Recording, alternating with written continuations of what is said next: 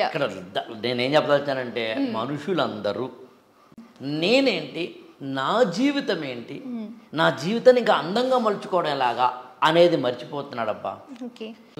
కన్నీరు కార్చిన వీడియోలు ఎక్కువగా వ్యూస్ వస్తాయి కావాలంటే చూడు. ఆమె హోమ్లో ఏముందో నీకెందుకురా అని అర్థం చేసుకోనంతగా పార్టీని బట్టి మారుతోంది. ఇక్కడ నేనేం చెప్పదలుచానంటే మనుషులందరూ, నువ్వు ఏదని అనుకో అబ్బా, మనుషులందరూ 3 రోగాలతో బతుకుతున్నారబ్బా. రోగం నెంబర్ 1, పక్కోడి లైఫ్లో ఏం జరుగుతుందో తెలుసుకోవాలని. రోగం నెంబర్ 2, ఇక్కడ ఏముందో, ఇక్కడ లోపల ఏముందో దీన్ని కప్పిపుచ్చుకొని బయటికి వేరేగా చెప్తున్నాడబ్బా. రోగం నెంబర్ 2. రోగం నెంబర్ 3, నేనేంటి, నా జీవితం ఏంటి, నా జీవితాన్ని ఇంకా అందంగా మలుచుకోవడం ఎలాగా అనేది మర్చిపోతున్నాడబ్బా. మీరు కావాలంటే చూడండి, ఎన్ని తమ్మునేల్స్ పెట్టాను. ఇప్పుడు మనతో ఏదైనా మాట్లాడు, తమ్మునేల్స్లో మాత్రం నేను ₹1,00,00,000 సంపాదించాను పెట్టి తమ్మునే చూస్తారు జనాలు. నేను ₹1,00,00,000 సంపాదించంటే నీకెందుకు రాబాయి ఆలోచన లేదే. నన్ను లక్షల వ్యూస్ ఉంటాయి. ఆ రాత్రి ఏం జరిగిందంటే అని పెట్టు, 1,000లో లక్షల వ్యూస్ ఉంటాయి. ఆ రాత్రి ఏం జరిగింది, మహా అయితే పండు తిన్నానేమో. సో అంటే నాన్ సెన్స్. నీ లైఫ్లో ఏం జరుగుతుంది. అందుకనే నువ్వు కావాలంటే గమనించు, కన్నీరు కార్చిన వీడియోలు ఎక్కువగా వ్యూస్ వస్తాయి కావాలంటే చూడు.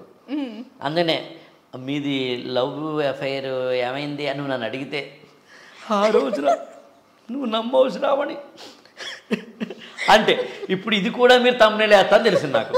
ఏడ్ చేసిన ఆకలి రాఘవేంద్ర ఏంటి, బోరుని ఏడ్ చేసిన, బోరుని ఏడ్ చేస్తాడు వీడు. అంటే బోరుని ఏడ్ చేస్తే నీకు వ్యూస్ వస్తున్నాయి, కోట్లు సంపాదిస్తే వ్యూస్ వస్తున్నాయి. నా యొక్క లవ్ ఉంటే నీకు వ్యూస్ వస్తున్నాయి, నా లవ్ బ్రేకప్ అయితే వ్యూస్ వస్తున్నాయి. నేను కనుక నా యొక్క లవ్ అఫైర్ ఎలా ఫెయిల్ అయిందో నీకు పూసగుచ్చినట్టు వివరిస్తే వ్యూస్ వస్తున్నాయి. నేను ఎవరినో విమర్శిస్తే వ్యూస్ వస్తున్నాయి, నేను ఎవరినైనా తిడితే వ్యూస్ వస్తున్నాయి, నేను బండబూతులు తిడితే వ్యూస్ వస్తున్నాయి. మంత్రి గారు కూడా బండబూతులతోటి మాట్లాడితే ఇవాళ మనకి చాలా గొప్పగా చూస్తున్నాం. ఎవరైనా హోమ్ టూర్ పెడితే మనకి వ్యూస్ వస్తున్నాయి. ఆమె హోమ్లో ఏముందో నీకెందుకురా అని అర్థం చేసుకోనంతగా. అందులో మీ మధ్యన కావాలంటే చూడండి, చాలామంది రీల్స్ యూట్యూబ్లో షార్ట్స్ పెట్టే వాళ్ళు కూడా మీరు క్లోజ్గా అబ్జర్వ్ చేయండి, వాళ్ళ పర్సనల్ లైఫ్ని పెడుతున్నారు. బాత్రూంలోంచి బయటకు వస్తూ బెడ్రూమ్లోకి వెళ్తున్న అమ్మాయి నేను మాట్లాడుతుంది ఎవరో హాలీవుడ్ బాలీవుడ్లో కాదు, మన తెలుగింటి వారి గురించి. వైఫ్ అండ్ హస్బెండ్లు కూడా ఒక ఇక్కడి నుంచి చెప్పడం మొదలు పెడితే నేను కూడా మాట్లాడకూడని అంశాలని. అంటే ఇక్కడ మాట్లాడకూడదు సభ్యత వల్ల, ఒక కెమెరా ముందు కొన్ని మాట్లాడకూడదు అంతే. అదేంటంటే ఇప్పుడు ఎలా ఉంటుందంటే బట్టలు ఎందుకు వేసుకోవాలి అసలు. నేను రామ్ గోపాల్ వర్మ గారితో ఒక ఇంటర్వ్యూ నేను అడిగాను, నేను బట్టలు ఎలా వేసుకోవాలి అనే హక్కు మానవుడికి ఉందేమో కానీ అసలు బట్టలే వేసుకోవాలనే హక్కు లేదు. కాబట్టి నా ఇష్టం వచ్చి నేను బతుకుతాననే దానికి కూడా ఒక లైన్ ఉంది, ఒక లైన్ ఉంది. కాబట్టి బట్టలే వేసుకొని ఎవడంటున్నాడు ఇక్కడ అంటలేదే. There is a limit. టెంపుల్కి వెళ్ళినప్పుడు ఒక డ్రెస్ ఉంటుంది, పార్టీకి వెళ్ళినప్పుడు వేరే డ్రెస్ ఉంటుంది. సో పార్టీని బట్టి మారుతోంది, ప్లేస్ని బట్టి మారుతోంది, పెర్సన్ బట్టి మారుతోంది. మరి మనం అసలు మనిషి అనేవాడు అర్థమే అది. మీరు మాట్లాడిన 2 రోగం గురించి మాట్లాడదాం. ఎస్పెషల్లీ మీరు చెప్పారు ఇక్కడే ఒకటి ఉంటుంది, బయటకు ఒకటి వస్తుంది. అదే అఖిల రాఘవేంద్ర గారిని అడిగితే ఈ క్వశ్చన్ ఏం చెప్తారు అంటే ఇది నేను లోపల వేరే బయటనా, వాట్ ఇస్ ఎగ్జాక్ట్ క్వశ్చన్. బయట ఎవరున్నారు? 99% నేను లోపల ఉన్నవాడినే బయటకు చెప్తాను నేను. ఇప్పుడు ఉదాహరణకి లవ్ అఫైర్ మీద నా ఒపీనియన్స్ క్యాండిడ్గా, ఓపెన్గా, ఫ్రాంక్గా లవ్ అనేది వేస్ట్ అని చెప్తాను నేను. ఇప్పుడు మతం గురించి, కులం గురించి, లేకపోతే వాటి కాల్ దేవుడి గురించి నేను ఓపెన్గానే నా ఒపీనియన్స్ చెప్తాను. నేను దేవుడిని నమ్మను కాబట్టి నా లోపల ఒపీనియన్స్ ఏమున్నాయో వాటినే చెప్తా.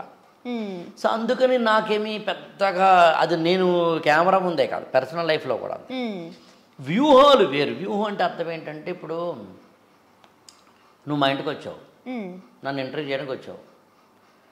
నేను ఫస్ట్ కాన్వర్జేషన్లోనే నిన్ను హర్ట్ చేసేలా మాత్రం మాట్లాడను. అబద్ధం చెప్పను, నిజం చెప్పకపోవచ్చు, కానీ హర్ట్ చేయకుండా మాత్రం ఒక స్మూత్ లాంగ్వేజ్ని ఇస్తాను. ఓకే. అది హ్యూమన్ బీయింగ్ అవసరాన్ని నమ్ముతాను నేను.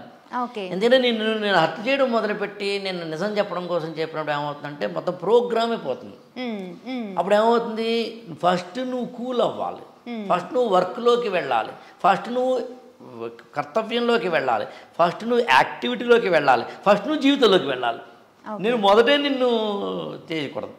అలాంటి చోట ఎప్పుడైనా నేను 1-2 చోట్ల సత్యం కన్నా అక్కడ చెప్పాల్సింది అవతల వాళ్ళకి ఇష్టమైంది అయితే కనుక చెప్తానేమో తప్పించి, కానీ దట్ డజంట్ మీన్ లోపల ఏముంటే అదే. పెద్దగా నేను అంటే ఇంకా చెప్పాలి అంటే మనసుకు నచ్చని ఏ పని చేయను. సో అందుకు లోపల వేరే బయట వేరే ఉండడం తక్కువే నాకు. ఓకే.